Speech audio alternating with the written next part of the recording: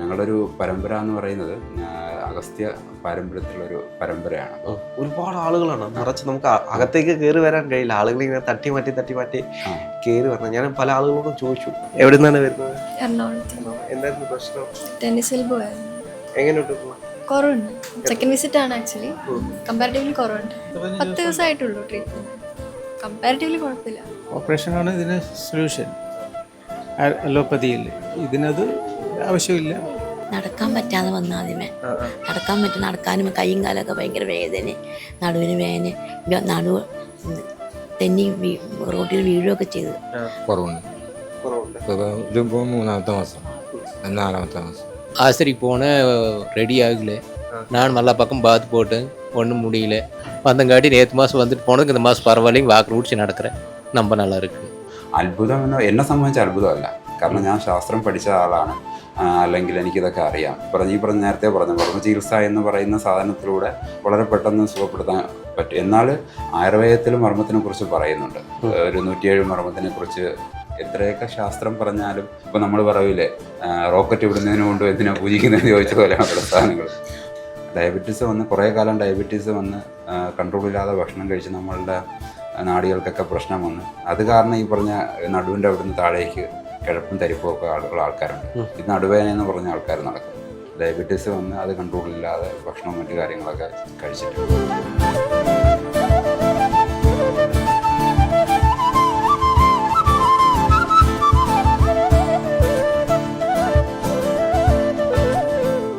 ഇന്ന് നമ്മളുള്ളത് ശ്രീസ്വാമി വൈദ്യ ഗുരുകുലത്തിലാണ്. ഇന്ന് നമ്മളോടൊപ്പം ഉള്ളത് അഭിലാഷ് വൈദ്യരാണ്. നമസ്തേ വൈദ്യരെ. വൈദ്യരെ, ഞാൻ ഇവിടോട്ട് കയറി വരുമ്പോൾ തന്നെ നിറയെ ആളുകളാണ്. ഒരു വൈദ്യ പാരമ്പര്യം അത് എങ്ങനെയാണ് ഇവിടേക്ക് വന്നത്? ഞാനിപ്പോൾ ആദ്യം തന്നെ സംസാരിച്ചപ്പോൾ പറഞ്ഞിരുന്നു, ഫിഷറീസ് പഠിക്കാൻ പോയ ഒരാൾ പിന്നീട് ആയുർവേദ ഡോക്ടറായിട്ട് മാറുന്നൊരു കഥ. അതെങ്ങനെയായിരുന്നു? ശരിക്കും പറഞ്ഞു കഴിഞ്ഞാൽ ഞാൻ എൻ്റെ +2 വിദ്യാഭ്യാസമൊക്കെ കഴിഞ്ഞ് ഫിഷറീസ് പഠിക്കാനായിട്ട് തുടങ്ങുന്നത്. അപ്പോൾ ആ സമയത്ത് ഞാൻ അമൃത TV-യിൽ നമ്മളെ എൽ ഗിരീഷ് ജി എന്ന് പറഞ്ഞ, ഇപ്പോഴല്ല ഒരു 20-21 വർഷം മുമ്പുള്ള കാര്യമാണ് പറയുന്നത്, സന്ധ്യാദീപം എന്ന് പറഞ്ഞൊരു പരിപാടിയുണ്ട് ആ സമയത്ത്. അപ്പോൾ ലളിതാ സഹസ്രനാമത്തിൻ്റെ ചില കാര്യങ്ങളെക്കുറിച്ച് അദ്ദേഹത്തിൻ്റെ പ്രഭാഷണങ്ങൾ ഉണ്ടാവാറുണ്ടായിരുന്നു എൽ ഗിരീഷ് ജിയുടെ. അത് കേട്ടിട്ട് എനിക്ക് ഗുരുവിൻ്റെ പ്രാധാന്യവും അങ്ങനെ കുറച്ച് കാര്യങ്ങളിലേക്ക് തന്നെ ഞാൻ മാറുന്നത്, എൻ്റെ മനസ്സ് മാറുന്നത്. അപ്പോൾ ആ പഠനത്തിനോടൊപ്പം ആ ഒരു അന്വേഷണം ആരംഭിച്ചു. ഒരു ഗുരു ഒരു എങ്ങനെ സഹസ്രനാമങ്ങൾ ജപിക്കാം, അങ്ങനെ കാര്യങ്ങളിലേക്ക് പോയി. അപ്പോൾ ഒരു ഗുരുവിനെ കണ്ടെത്തുക എൻ്റെ ഒരു സുഹൃത്ത് വഴി. അപ്പം ആ ഗുരു ആണ് എന്നെ പിന്നീട് വൈദ്യത്തിലേക്ക്, ഫിഷറീസ് പഠിച്ചിരുന്നത് തന്നെ ആയുർവേദം പഠിക്കാനായിട്ട് BMS പഠിക്കാൻ പറഞ്ഞു. അങ്ങനെയാണ് ഈ മേഖലയിലേക്ക് ഞാൻ വരുന്നത്. ആരായിരുന്നു ഗുരു? അദ്ദേഹം M ശ്രീകുമാർ എന്നായിരുന്നു അദ്ദേഹത്തിൻ്റെ പേര്. അദ്ദേഹം മരിച്ചുപോയി. അപ്പോൾ ഞങ്ങളുടെ ഒരു പരമ്പര എന്ന് പറയുന്നത് അഗസ്ത്യ പാരമ്പര്യത്തിലുള്ളൊരു പരമ്പരയാണ്. അപ്പോൾ അതായത് തൃപ്പൂണിത്തുറയ്ക്കടുത്ത് സുധീർ വൈദ്യർ എന്ന് പറഞ്ഞൊരു ആളുണ്ട്. അദ്ദേഹം ഒരു അവധൂതനും ഗുരുവൊക്കെയാണ്. അദ്ദേഹം സമാധിയായതാണ്. അദ്ദേഹത്തിലൂടെ കടന്നു വന്നിരിക്കുന്ന ഒരു പാരമ്പര്യമാണ് ഈ ചികിത്സയും ഇവിടെ ചെയ്യുന്ന മറ്റു കാര്യങ്ങളെല്ലാം ആ രീതിയിലേക്കാണ് വരുന്നത്. ഇപ്പോൾ എത്ര വർഷമായി ഇതുമായി ബന്ധപ്പെട്ട് പോകാൻ? ശരിക്കും പറഞ്ഞു കഴിഞ്ഞാൽ ഞാൻ പറഞ്ഞു 2006 തൊട്ട് ഈ ഒരു മേഖലയിലാണ്. 2008-2009 തൊട്ട് വൈദ്യം പഠിച്ചു തുടങ്ങി. ആയുർവേദം, അതായത് കോളേജിൽ ശാസ്ത്രീയമായി തന്നെ പഠിച്ചു. BMS പഠിച്ചു. അത് കഴിഞ്ഞ് അതെല്ലാം പൂർത്തിയാക്കി കഴിഞ്ഞ ഒരു 10-11 വർഷമായിട്ട് ചികിത്സയാണ് ചെയ്യുന്നത്. പ്രധാനമായിട്ടും അതിൻ്റെ കൂടെ പിന്നെ വേറെ കളരിയും കാര്യങ്ങളും, കളരി ചികിത്സ പഠിച്ചു. കയറി വന്നപ്പോൾ തന്നെ പൂത്തറയൊക്കെയാണ് ഉള്ളത്. അപ്പോൾ തെക്കൻ കളരി പഠിച്ചിട്ടുണ്ട് കുറച്ച്. പിന്നെ വേറെ പല ഗുരുക്കന്മാരുടെ അടുത്തും പല വിദ്യകളും ഒക്കെ കുറേയൊക്കെ പഠിച്ചിട്ടുണ്ട്.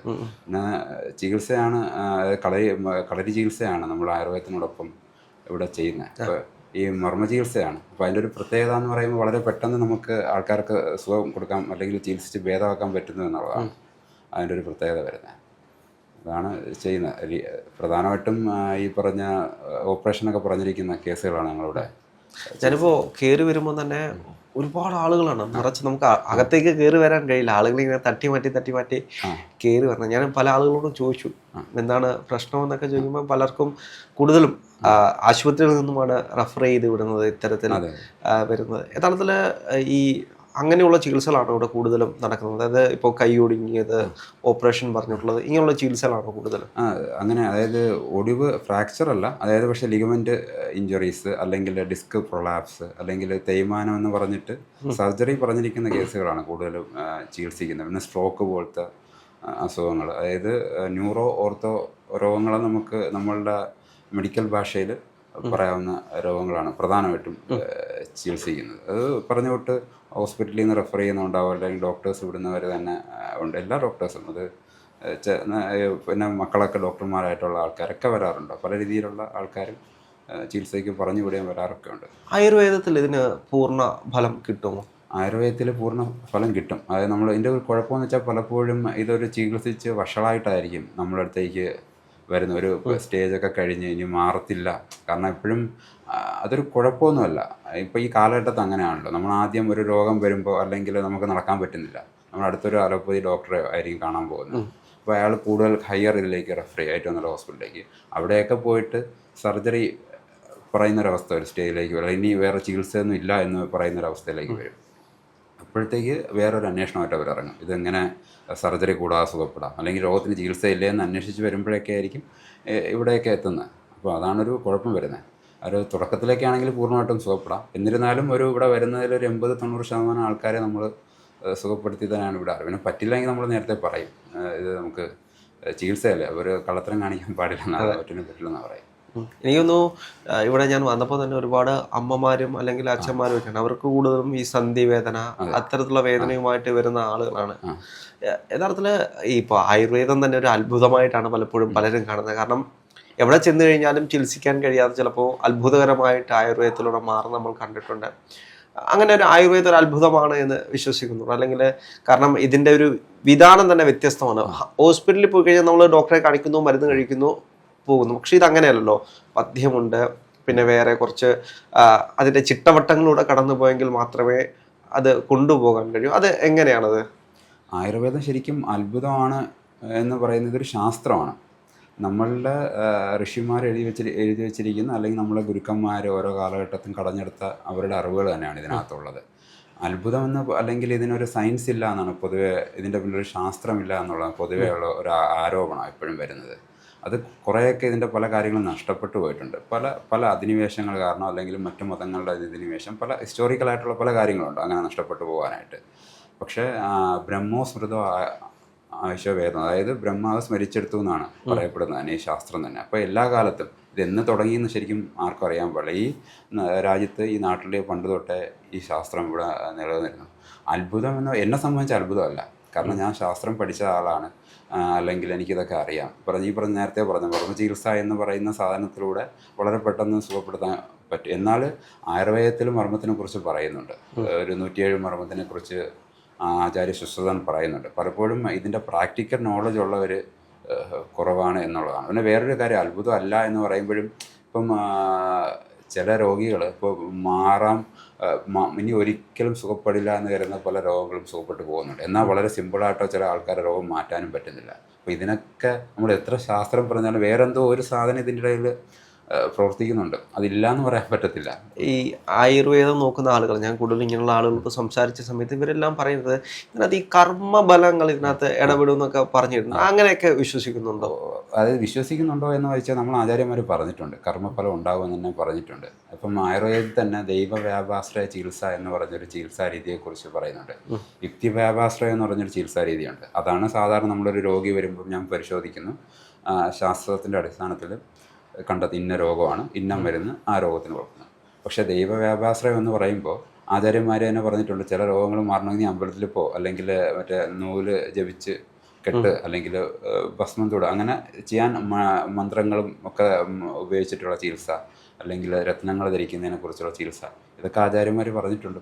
അപ്പോൾ ഇത് ഒരു ആയുർവേദം പഠിച്ച ഒരാളെന്ന രീതിയിൽ അന്ധവിശ്വാസം എന്ന് പറയാനും പറ്റത്തില്ല. നമ്മളുടെ യുക്തിക്ക് നിരക്കാത്ത സാധനങ്ങളായിരിക്കാം. ചിലപ്പോൾ നമ്മളുടെ സയൻസിനോ നമ്മളുടെ തലച്ചോറിൻ്റെ ചിന്തകൾക്കോ ഇത് ചെയ്യാൻ പറ്റാത്ത സ്ഥലത്ത് പലതും വർക്ക് ചെയ്യുന്നുണ്ട്. ഞാനതാ പറഞ്ഞത്. എത്രയൊക്കെ ശാസ്ത്രം പറഞ്ഞാലും ഇപ്പോൾ നമ്മൾ പറയൂലേ, റോക്കറ്റ് വിടുന്നതിന് കൊണ്ട് എന്തിനാ പൂജിക്കുന്നതെന്ന് ചോദിച്ച പോലെയാണ് പല സാധനങ്ങൾ. അപ്പോൾ അത് അംഗീകരിക്കാൻ ചില ആൾക്കാർക്ക് ബുദ്ധിമുട്ടുണ്ടാവും. അതെ. ഇപ്പോൾ ഞാൻ തന്നെ പലതും കണ്ടിട്ടുണ്ട് അങ്ങനെ. അല്ല, ഇത് മാത്രമല്ല, ഇപ്പോൾ നമ്മൾ ഹോസ്പിറ്റലിൽ പോകുമ്പോൾ ഒരു വിശ്വാസത്തിൻ്റെ ഒരു ചട്ടക്കൂടുകളൊന്നുമില്ല. പക്ഷെ ഒരു ആയുർവേദത്തിലേക്ക് വരുമ്പോൾ അതിലേക്കൊരു വിശ്വാസത്തിൻ്റെ ചട്ടക്കൂടുകൾ വരുന്നു. നമ്മൾ അതിൻ്റെ വിധാനങ്ങൾ പഥ്യം നോക്കി പോകുന്നു.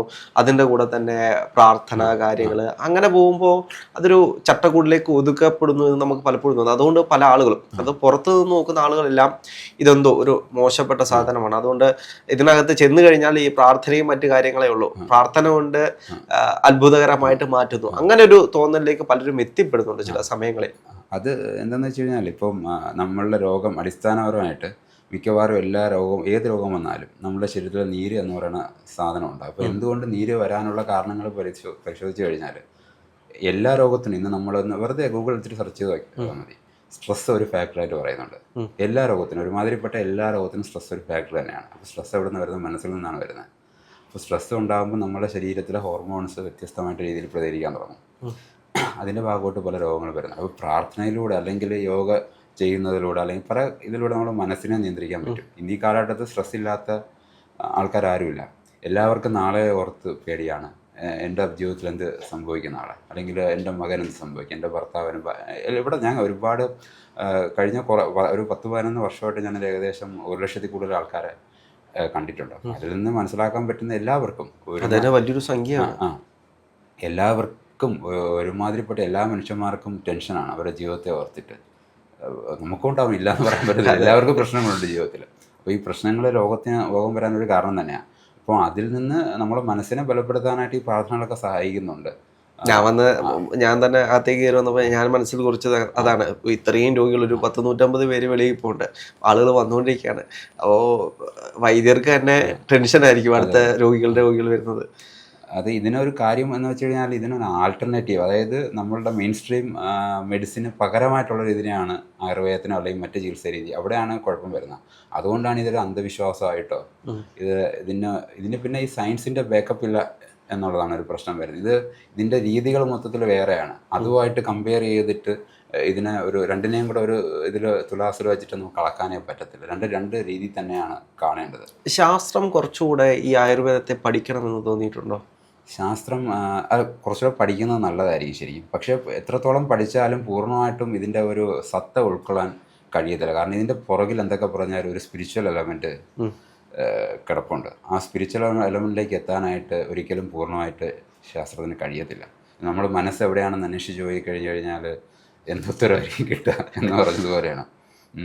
എന്നിട്ട് ഈ പറഞ്ഞ ശാസ്ത്രം തന്നെ പറയുന്നുണ്ട്, മനസ്സൊരു ഫാക്ടറാണ്, സൈക്കോസൊമാറ്റിക് എന്നാണെന്ന് പറയുന്നത്. മനസ്സ് ഒരു ഫാക്ടറാണ് എല്ലാ രോഗത്തിനെന്ന് പറയുന്നുണ്ട്. അപ്പോൾ ഈ മനസ്സ് എവിടെ പോയി അവർ കണ്ടുപിടിക്കും? നമ്മൾ തലച്ചോറിലോ. ആയുർവേദത്തിൽ തന്നെ പല ഒപ്പീനിയനുണ്ട്. മനസ്സ് തലച്ചോറിനെ കേന്ദ്രീകരിച്ചാണെന്ന്, ഹൃദയത്തിലാണെന്ന് ആചാര്യന്മാർ വ്യത്യസ്തമായിട്ടുള്ള അഭിപ്രായങ്ങൾ പറഞ്ഞിട്ടുണ്ട് ആ കാലഘട്ടത്തിൽ. ഇന്നും അത് നമുക്ക് കൃത്യമായിട്ട് ആ പോയിന്റിലേക്ക് എത്താൻ ഇന്നും കഴിഞ്ഞിട്ടില്ല, മനസ്സ് എവിടെയാണെന്നുള്ളത്. അപ്പം അതുകൊണ്ട് തന്നെ ശാസ്ത്രീയമായിട്ട് ഇതിനെ പ്രൂവ് ചെയ്യുക എന്നുള്ളത് വളരെ ഡിഫിക്കൽട്ടാണ്, വളരെ ബുദ്ധിമുട്ടുള്ള കാര്യം തന്നെയാണ്. അപ്പം ഈ ആധുനിക വൈദ്യമായിട്ട് കമ്പയർ ചെയ്യുകയോ അല്ലെങ്കിൽ ഇതും കൂടെ വെച്ചിട്ട് കമ്പയർ ചെയ്ത് പഠിക്കുക, അതുമായിട്ട് മത്സരിക്കാനൊക്കെ നിന്ന് കഴിഞ്ഞാൽ ഇതിൻ്റെ പൂർണ്ണതയിലേക്ക് എത്താൻ കഴിയത്തില്ല ഒരിക്കലും. ഞാനത് അതിൻ്റെ ഒരു സ്പിരിച്വൽ എലമെൻറ്റിനെ മനസ്സിലാക്കുക എന്നുള്ളതാണ് ശരിക്കും. ഇവിടെ എന്തെല്ലാം ചികിത്സാ രീതികളാണുള്ളത്? ഇവിടെ പ്രധാനമായിട്ട് നമ്മൾ ഓർത്തോ ന്യൂറോ കേസുകളാണ് പ്രധാനമായിട്ട് ചെയ്യുന്നത്. സർജറി പറഞ്ഞിരിക്കുന്ന, മുട്ട് മാറ്റി വയ്ക്കാൻ പറഞ്ഞിരിക്കുന്ന മുട്ടിൻ്റെ പ്രശ്നങ്ങൾ, തേയ്മാനം അല്ലെങ്കിൽ ലിഗമെൻ്റ് ഇഞ്ചുറീസ്, അതേപോലെ ഡിസ്ക് പ്രൊലാപ്സ് കാരണം സിയാറ്റിക് ഞരമ്പിലുള്ള പ്രശ്നങ്ങൾ, കുനിയാനും നിവരാനും പറ്റാതെ വരുന്ന ആൾക്കാർ, സെർവിക്കൽ സ്പോണ്ടിലൈറ്റിസ്, അതേപോലെ ഫ്രോസൺ ഷോൾഡർ, അങ്ങനെ സന്ധികളുണ്ടാകുന്ന വേദനകളാണ് പ്രധാനമായിട്ടും ഇവിടെ പ്രധാന. എങ്ങനെയാണ് അതിൻ്റെ ഒരു ചികിത്സാ രീതി വരുന്നത്? അതിൻ്റെ ചികിത്സാ രീതി എന്ന് പറയാൻ പലപ്പോഴും ആംബുലൻസിലൊക്കെ ആയിരിക്കും രോഗികളെ കൊണ്ടുവരുന്നത്, എണീക്കാനും നടക്കാനൊക്കെ ബുദ്ധിമുട്ടായിട്ട്. അപ്പോൾ നമ്മൾ ഇവിടെ മർമ്മ ചികിത്സയിലൂടെ ആദ്യം തന്നെ ഒരു റിലീഫ് കൊടുക്കുക ചെയ്യുന്നത്. പിന്നെ ഈ രോഗം വരാനൊരു കാരണം ഉണ്ടാവും. പിന്നെ ഈ രോഗം കാരണം ശരീരത്തിന് സംഭവിച്ചിരിക്കുന്ന കുറേ കുഴപ്പങ്ങളുണ്ടാവും. അതിനെയൊക്കെ ചികിത്സിച്ച് നേരായ രീതിയിലേക്ക് കൊണ്ടുവരിക എന്നുള്ളത്. അപ്പോൾ അതിനോട് ആയുർവേദ മരുന്നുകളും നമ്മളുടെ ഗുരുക്കന്മാർ പറഞ്ഞിരിക്കുന്ന മരുന്നുകളൊക്കെ കമ്പൈൻ ചെയ്തിട്ടുള്ളൊരു ചികിത്സാ രീതി. അപ്പം മർമ്മ ചികിത്സ ചെയ്യുന്നതുകൊണ്ടാണ് പെട്ടെന്ന് തന്നെ സുഖപ്പെടുത്താൻ പറ്റുന്നത്. ഇപ്പോൾ നടക്കാൻ കഴിയാതെ വന്ന ആൾക്കാർ വളരെ വേഗത്തിൽ നടന്നു പോകും.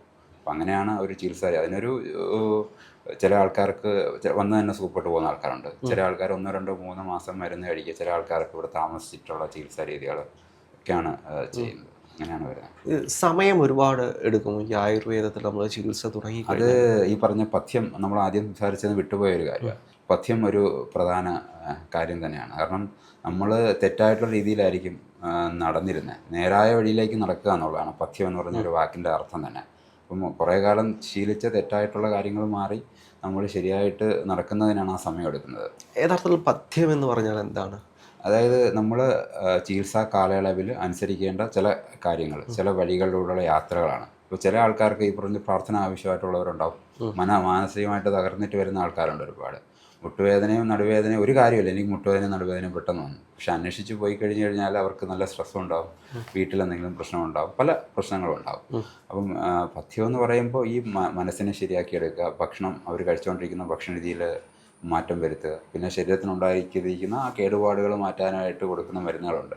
അതൊക്കെ കൃത്യസമയത്ത് കഴിക്കുക, കൃത്യസമയത്ത് ഉറങ്ങുക, പിന്നെ ശരീരത്തിലുണ്ട് നമ്മുടെ മലമൂത്ര വിസർജനമൊക്കെ കൃത്യമായിട്ട് നടക്കുന്ന രീതിയിലേക്ക് കാര്യങ്ങൾ എത്തിക്കുക.